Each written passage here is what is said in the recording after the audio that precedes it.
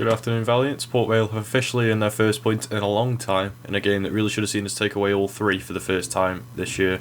It was a dominating display from Vale in the first half, with Stevenage managed to pull two back in the second from moments of poor defending, and really the game could have ended 4-1. At the death, however, a controversial handball penalty made it 2-2 with FUNSO Ojo in the 98th minute. Although we did nearly manage to walk away with nothing again, there were positives to take away from the game for the first time this season. To start off with the overall team performance, the formation had a slight alteration to take into account the loss of Loft, meaning it was Wilson up front on his own, supported by Chislett and Weir, to give a 3-4-2-1 type formation. The first half was impressive from the get-go, and it was a really good performance that should have seen us put away 2 goals. Again, the lack of a clinical striker in the number 9 role has killed us. As good as James Wilson is on the ball, he hasn't got the aggression, stamina or pace of the type of striker we need to get us out this position on his own, and the second half saw us capitulate for 25 minutes before coming back and having a shot cleared off the line.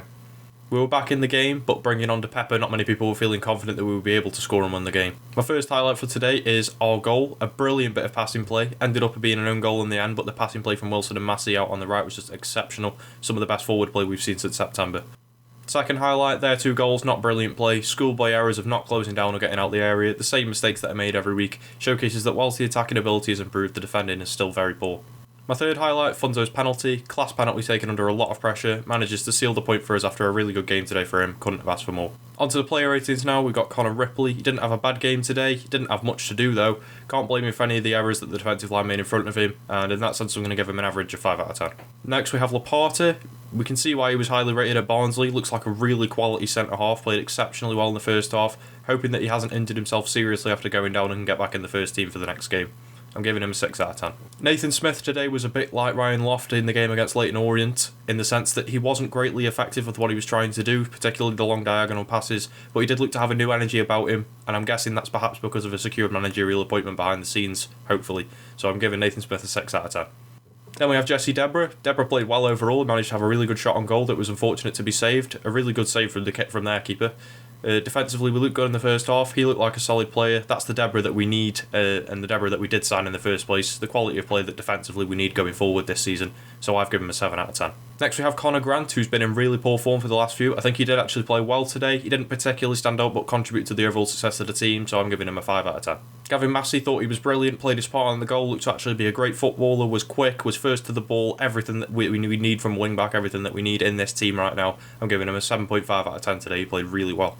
Next, FUNSO Ojo, the best player on the pitch for me today. He played excellent all over the pitch, was amazing on the ball, carrying the ball, picking out the passes, and he scored the penalty under the most pressure probably ever in the 98th minute to get an equaliser. It has to be an 8.5 out of 10 minimum today for Ojo. He played it spectacularly.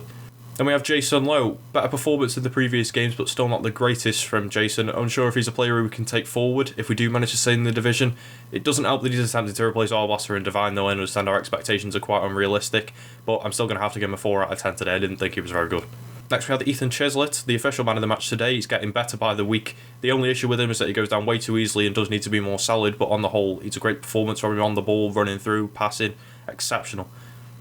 I'm giving him a 7.5 out of 10. Jensen Weir has improved on his previous 2 performances against Fleetwood and Portsmouth. I didn't think he was exceptional today, but he was much better than he has been previously, and I think it is an average performance from him. I've given him a 4.5 out of 10. James Wilson showed his quality today, massively performing when the team needed him. He was amazing with the passing play that led up to the goal, with the slight movements on the ball that showcase he is a player very good for this level. If it weren't for his injury record, he almost certainly would be playing in the Championship, if not more, in this season. I'm giving him an 8 out of 10. Management staff and rating, again, no management team, so it's unfair to give, the academy team and Will Ryder a rating. It doesn't really seem fair to do that. So I'm just going to say that the manager hunt does continue. Darren Moore was allegedly spotted at the game against Orient, but the proof is looking a bit like the Charlie White situation, where we're actually sort of unsure whether it is Darren Moore or whether it's just somebody who looks like Darren Moore from a distance. So until then, I don't think it's fair to speculate on that. To conclude, today has shown that the team is capable of playing decent football. The squad is still 1 or 2 players short of the quality that we need, but we knew that heading out of the transfer window. If we can bring in a decent manager, no matter how boring his style is, I don't really care. As long as we can bring in the results, we do have the potential of escaping relegation. We've seen that the squad can do it in the first half today, so they can't let us down going forward this season. The chance is slim, so we do need to act fast in appointing a manager, and I'm sure that there's one already on the cards right now, and it's just a matter of announcing it. Thanks for watching this video on the Railway Stand. Please like and subscribe to see more of the content on YouTube and as it happens over on our page on X. Like and subscribe on all of our channels to make sure you don't miss out on any content that we have for you. This has been the Railway Stand, and goodbye for now.